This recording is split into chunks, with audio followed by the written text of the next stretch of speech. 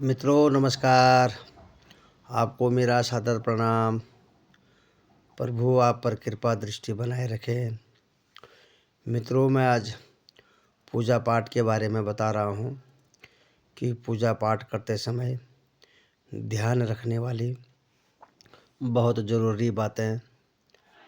तो मित्रों मैं आपको बताता हूँ, हिंदू धर्म में पूजा पाठ को बड़ा ही महत्व दिया गया है और हम लोग जो है रोज़ भगवान की पूजा करते हैं और भगवान की पूजा को प्रतिदिन अनिवार्य बताया गया है और हम लोग इसका पालन भी करते हैं।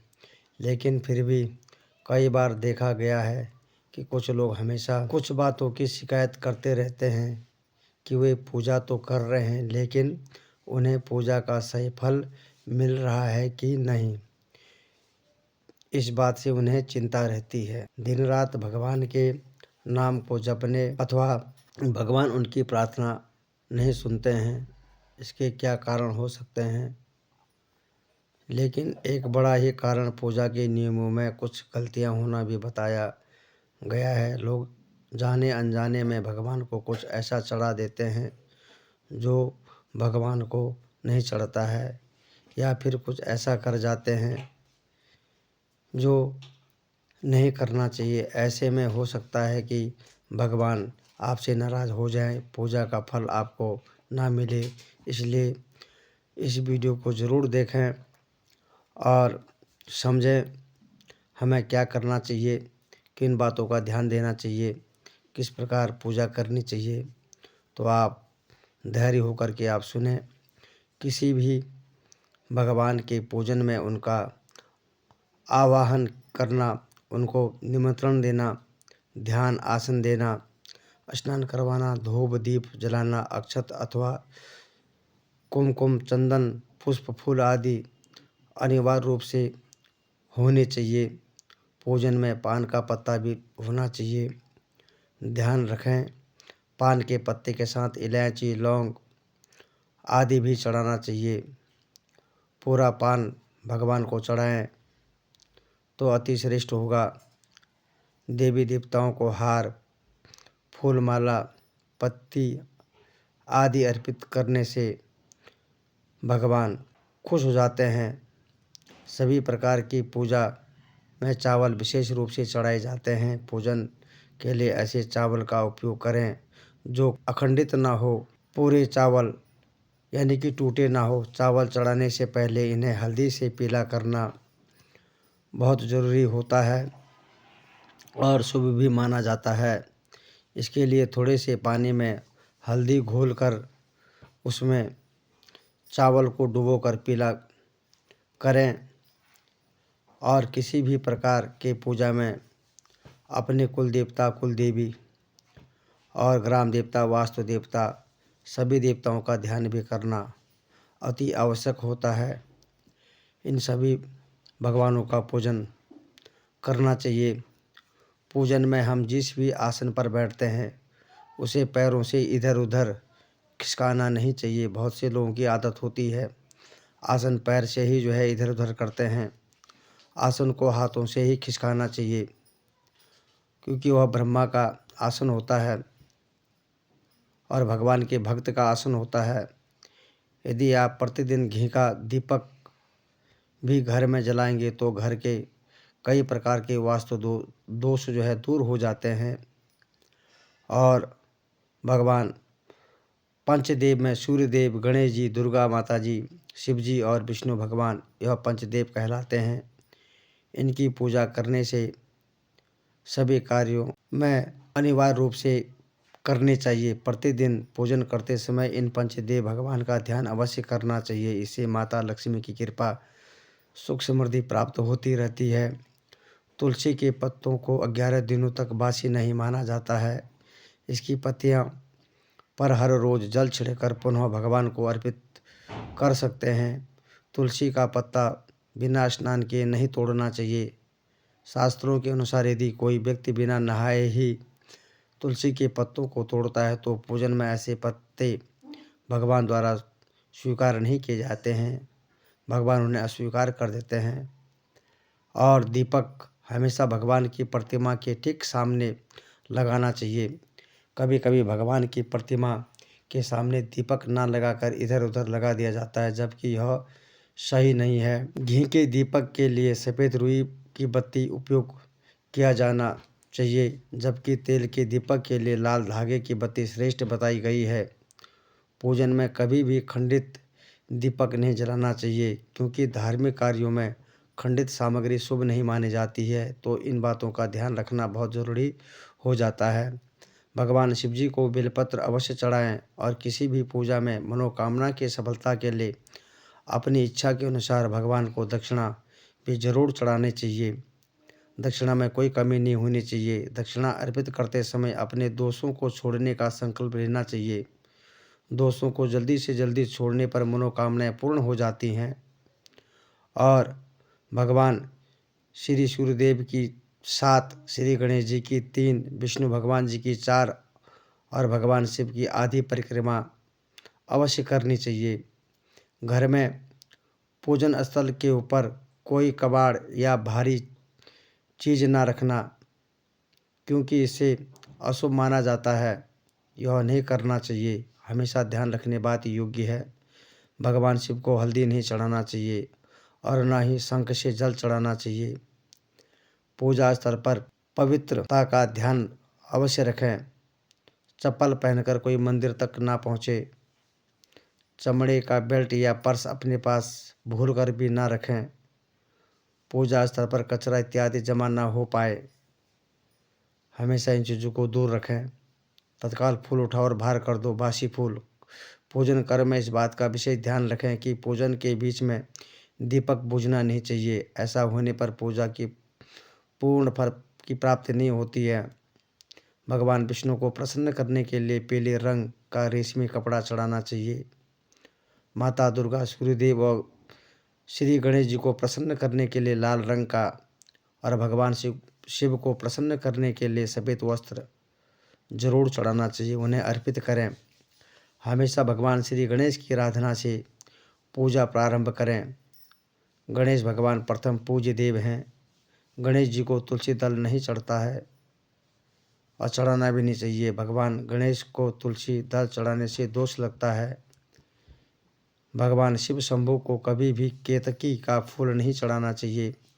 पौराणिक कथाओं के अनुसार भगवान शिव ने केतकी को श्राप दिया था, इसलिए भगवान शिव को यह फूल नहीं चढ़ाना चाहिए, वरना भक्तों के काम बिगड़ जाते हैं। और अवश्य ध्यान रखें, भगवान की प्रतिमा को स्नान करवाते समय सिर्फ अंगुलियों का ही प्रयोग करें। भगवान को स्नान करवाते समय कभी भी अंगूठे का इस्तेमाल नहीं करना चाहिए। ऐसा करने से भगवान अप्रसन्न हो जाते हैं और घर में परेशानियां शुरू हो जाती हैं। दीपक को कभी भी जमीन पर रखकर प्रज्वलित ना करें। ऐसा करने से धन की बर्बादी होती है और घर में अशुभता आती है। पूजा के वक्त अगरबत्ती का प्रयोग ना करें। ऐसा इसलिए क्योंकि इसे बांस की लकड़ियों के साथ बनाया जाता है और बांस की लकड़ियों का प्रयोग अंतिम संस्कार में ही किया जाता है, इसलिए इसे नहीं जलाना चाहिए। रविवार के दिन तुलसी के पत्ते तोड़ने से बचें। मान्यताओं के अनुसार रविवार के दिन तुलसी के पत्ते तोड़ने से भगवान विष्णु अप्रसन्न हो जाते हैं, नाराज होते हैं। भगवान शालिग्राम को कभी भी चावल अर्पित नहीं करना चाहिए। वास्तु शास्त्र के अनुसार ऐसा करने से दोष लगता है। पूजा में गंदे कपड़े पहनकर ना बैठें। कभी भी गंदे कपड़े पहनकर पूजा नहीं करनी चाहिए। कपड़े धुले साफ सुथरे होने चाहिए। मान्यताओं के अनुसार गंदे कपड़े पहनने से घर में दरिद्रता उत्पन्न होती है। पूजा के दौरान मन को पवित्र रखें। किसी भी प्रकार का संकोच ना रखें। पूजा करते समय मन को दूषित नहीं रखना चाहिए। कहा जाता है कि भगवान के पूजा के दौरान मन में बुरे ख्याल रखने से पूजा का फल प्राप्त नहीं होता है। जैसा हम सोचते हैं वैसा ही हमें फल की प्राप्ति होती है, इसलिए हमेशा अच्छा सोचें। पूजा में इस्तेमाल किए गए फूल अगर सूख जाए तो उन्हें कभी भी फेंकें नहीं। सूखे हुए फूलों को किसी पवित्र नदी में प्रवाहित कर दें। ऐसा करने से पुण्य फल की प्राप्ति होती है। प्लास्टिक की बोतल में या किसी अपवित्र धातु के बर्तन में गंगा जल नहीं रखना चाहिए। अपवित्र धातु जैसे एल्युमिनियम, लोहे से बने बर्तन में गंगा जल नहीं रखना चाहिए। गंगा जल तांबे के बर्तन में रखना ज़्यादा शुभ होता है। और स्त्रियों को और अपवित्र अवस्था में पुरुषों को शंख नहीं बजाना चाहिए। जहाँ इस नियम का पालन नहीं किया जाता है वहाँ देवी लक्ष्मी नाराज़ हो जाती हैं और चली जाती हैं। मंदिर और देवी देवताओं की मूर्ति के सामने कभी भी पीठ दिखाकर नहीं बैठना चाहिए। किसी भी पूजा में मनोकामना की सफलता के लिए दक्षिणा अवश्य चढ़ाएं। दक्षिणा अर्पित करते समय अपने दोषों को छोड़ने का संकल्प लेना चाहिए। दोषों को जितने जल्दी आप छोड़ने की कामना करोगे उतने ही जल्दी आपके कार्य पूर्ण होने की संभावना हो जाती है। आमतौर पर फूलों को हाथों में रखकर हाथों से भगवान को अर्पित किया जाता है। ऐसा नहीं करना चाहिए। फूल चढ़ाने के लिए फूलों को किसी पवित्र पात्र में रखना चाहिए और इसी पात्र में से लेकर देवी देवताओं को अर्पित करना चाहिए, जिससे भगवान प्रसन्न हो जाते हैं। हमेशा इस बात का ध्यान रखें कि कभी भी दीपक से दीपक नहीं जलाना चाहिए। शास्त्रों के अनुसार जो व्यक्ति दीपक से दीपक जलाते हैं उन्हें नाना प्रकार के दुख प्राप्त होते हैं। और भगवान की आरती करते समय भी रखें ध्यान।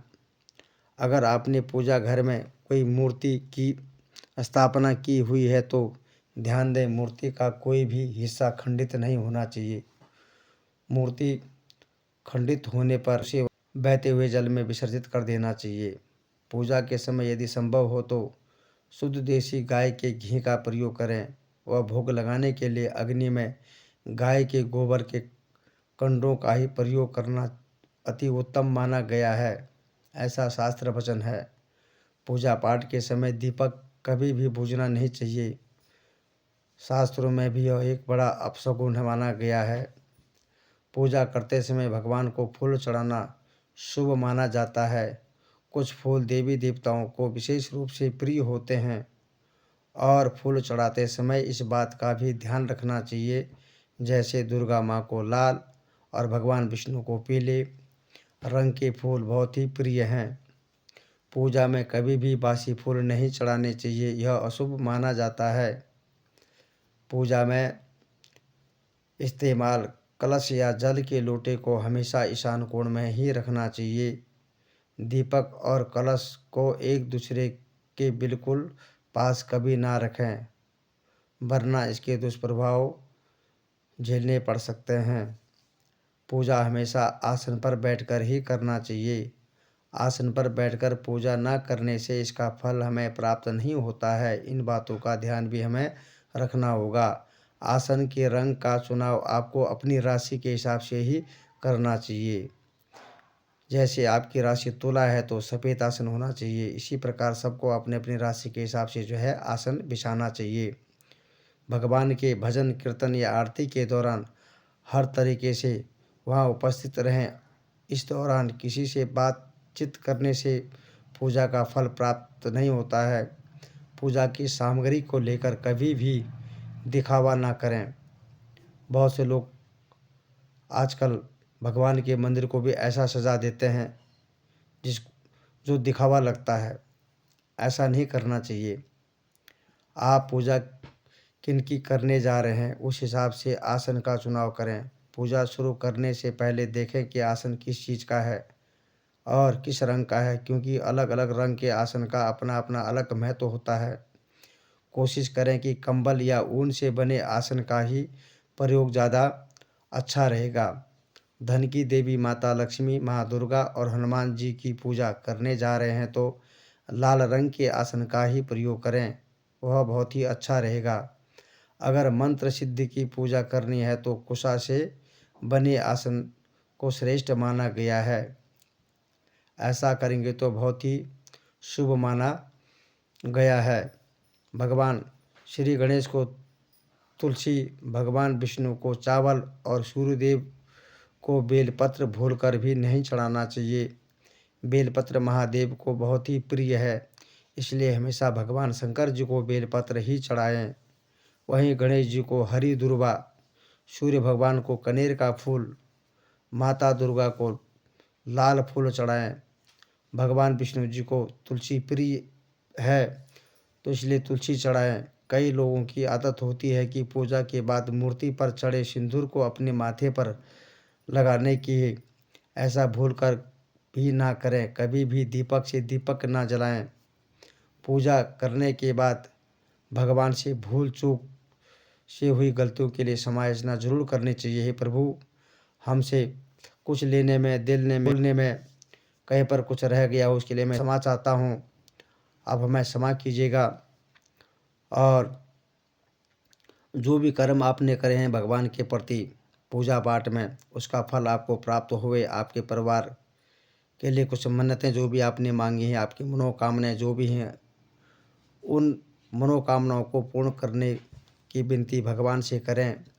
और प्रभु हमारी आपकी सबकी मनोकामनाएं पूर्ण करते हैं, इच्छा पूर्ण करते हैं। सिर्फ जिन बातों को आपको बताया गया है उन बातों का ध्यान देना, और अवश्य ही जो आपने पूजा करी उसका फल निसंदेह आपको प्राप्त होगा। कर्म ही पूजा है। आप जो भी कार्य करते हैं उसे ईश्वर का ही कार्य समझें। निसंदेह आपके हर कार्य सफल होंगे। तो मित्रों, आज की कहानी जो कथा है यहीं पर संपन्न हुई। माँ जगदम्बा भगवती का आशीर्वाद आप सब पर, आपके परिवार पर बना रहे। जय माँ भगवती। नमस्कार।